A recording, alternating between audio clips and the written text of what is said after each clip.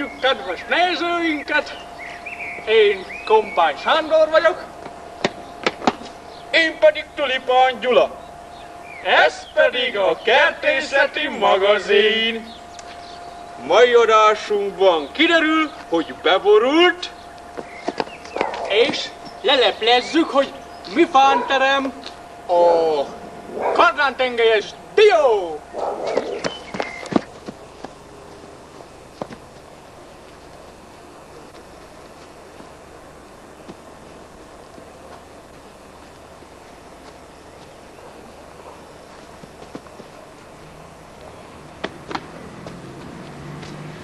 Itt is van, találtunk egyet. első ránézésre úgy néz ki, mint egy 99 forintos interspárnarancs. De a látszat csal. Ez egy kardán-tengelyes dió. Milyen a színe? Hát, a megérett színe kék, de ez most azért narancssárga, mert még zöld. Nyersen is fogyasztható, de nagy mókusok kenyére is kenhetik. A nyersen való fogyasztásra vigyázzunk, mert nehogy kukacos gólyára harapjunk meg. Igen. Sivatagi kukacos gólyának ez ám a kedvenc elesége. Ha mégis kukacos gólyába harapnánk, rögves kerítsünk egy mezei gorillát frissen importálva, majd az ellátja a baját.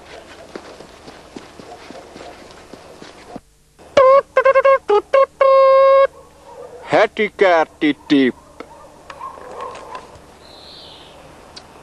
Ha már ilyen jól megismerkedtünk a kardán-tengelyes dióval, ismerkedjünk meg a szaporításával is. Első lépésként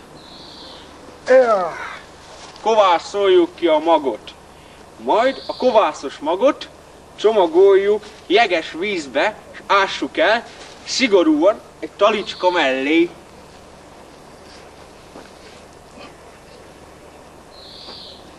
Még egy kicsit ássák. Na! Következő lépés. Mi a következő lépés? Következő lépés, hogy a kiásott gödörbe helyezzünk el egy frissen penészetett 25 dekás Pontosan. Aztán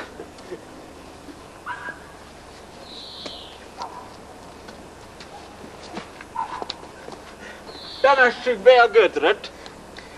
Ja, azt ezután meg ássuk ki a gödröt, győződjünk meg róla, hogy nem felejtettünk-e benne semmit. Jól nézd ma! Gyula behagyta a froti zsebkedőt, még jó, hogy meggyőződtünk róla. Asszályos időben ne öntözzük. Viszont heti rendszerességgel énekeljük neki a Hey Dunáról fúj a szét című nótát a Veresegyházi asszonykórus kíséretével. És ha mindezt jól csináltuk, pár héten belül gyönyörködhetünk munkánk gyümölcseiben.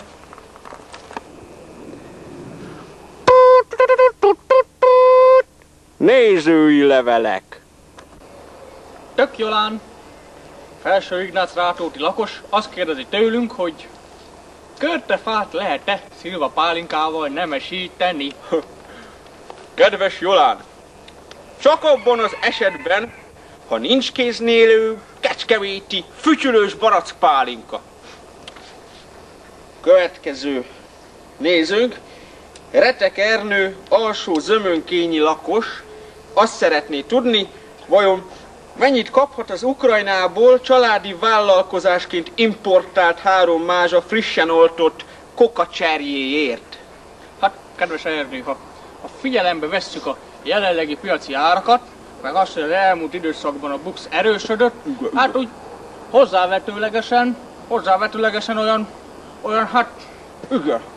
6 év golyó általi halált.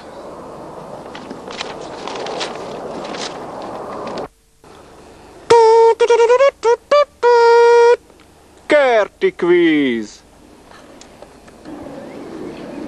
A mai kérdés a következő.